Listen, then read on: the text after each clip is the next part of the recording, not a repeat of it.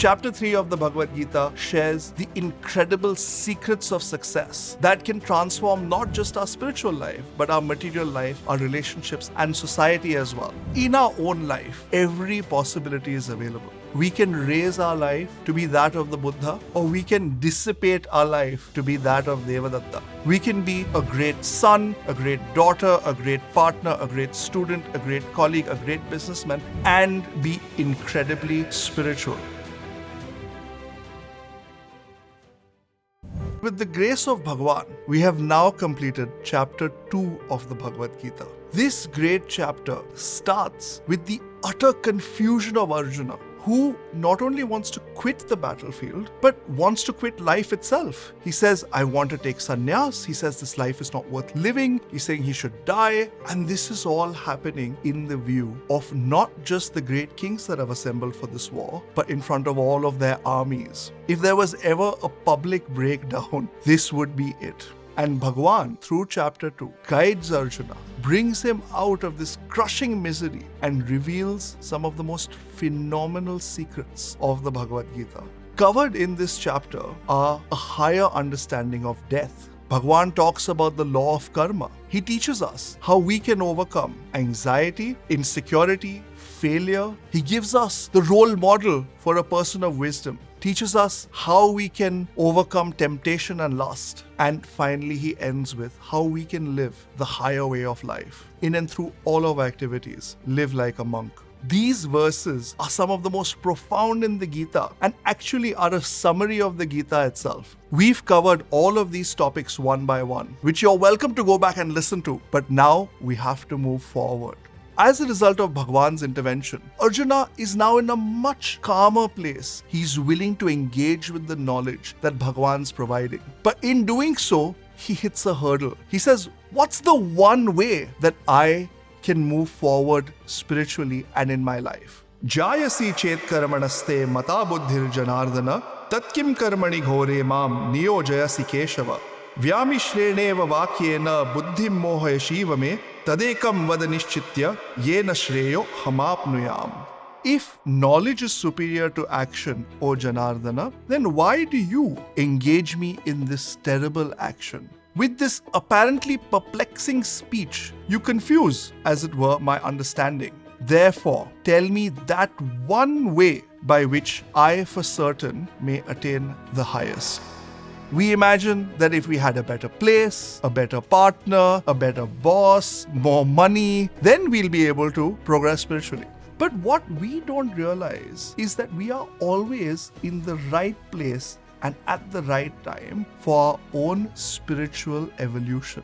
Acting in this way is living up to what's known as our Svadharma, our authentic, personalized reality and way of progress. Why? Because it aligns with our Swabhava, our inner personality that has been created for our evolution in this lifetime. And we're going to be covering both Swabhava and Swadharma in detail as the chapter progresses. But Bhagawan starts to touch on this topic in his response to Arjuna. Lokesmin dvividha nishtha pura prokta mayanagha jnana yogena sankhyanam karma yogena yoginam na karmanam anarambhat naishkarmyam purushoshnute na cha sanyasya nadeva siddhim samadhigacchati. In this world, there is a twofold path, as said before.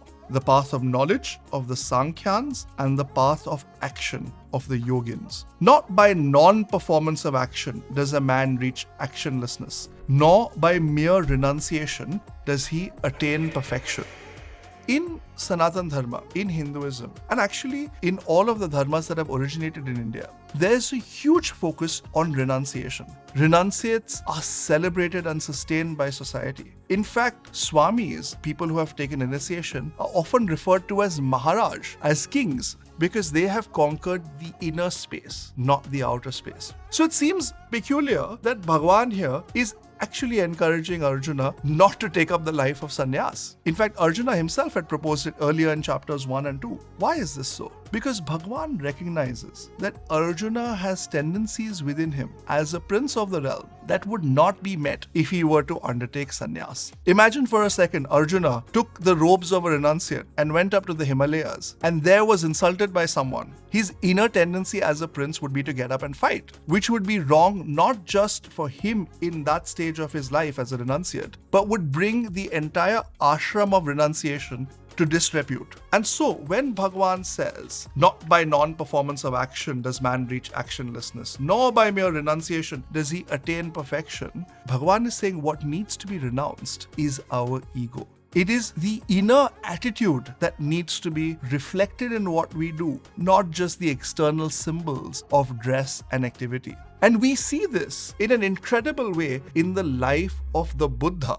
Now, the Buddha was born in a place called Lumbini, which is on the border of India and Nepal. At his birth, it was predicted that he would be either a great king or a great renunciate. And the Buddha's father, who was king at the time, didn't want his son to become a renunciate, and so sheltered him from the realities of life. As he grew up, he got married, he had a son. He then went on a series of rides through his kingdom with a charioteer. And on these routes, he saw 4 great sights that were to change him.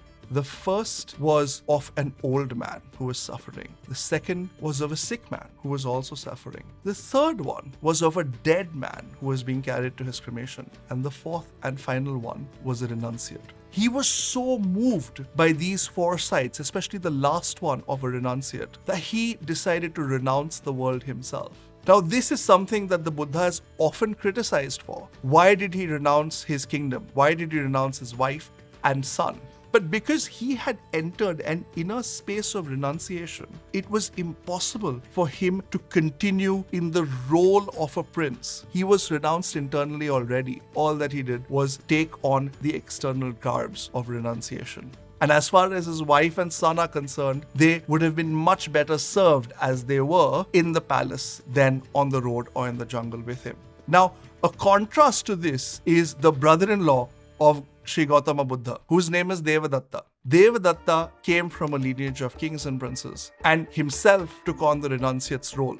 But in his inner space, he was not renounced. He still wanted to rule. And the way that that projected itself is in him chasing the position of Gautama Buddha during Buddha's lifetime. Not only did he try and kill the Buddha himself on many occasions, he conspired with the prince of the realm to try and take control not just of Buddha's following, but that of the kingdom as well. This lack of inner renunciation led to havoc, regardless of what the outer garb was. In our own life, every possibility is available. We can raise our life to be that of the Buddha, or we can dissipate our life to be that of Devadatta. The point isn't what clothes we're wearing, what ashram of life we're in, whether we have externally renounced everything. We can be a great son, a great daughter, a great partner, a great student, a great colleague, a great businessman, and be incredibly spiritual. In fact, this path of integration is what Bhagavan starts to indicate at this point and in this chapter in the Bhagavad Gita. And if we are to explore how we can divinize our life in and through all of our activities, well, you're going to have to join me in our next video as we continue to journey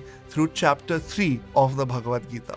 Chapter 3 of the Bhagavad Gita shares the incredible secrets of success that can transform not just our spiritual life, but our material life, our relationships, and society as well. Now, these truly aren't secrets because the knowledge of the Gita is available to all. But we are sharing it through this channel. And if it is of value to you, I invite you to subscribe to our channel and share it more broadly so that these secrets don't just remain secrets, but is something that we can all practice to uplift ourselves. Namaste.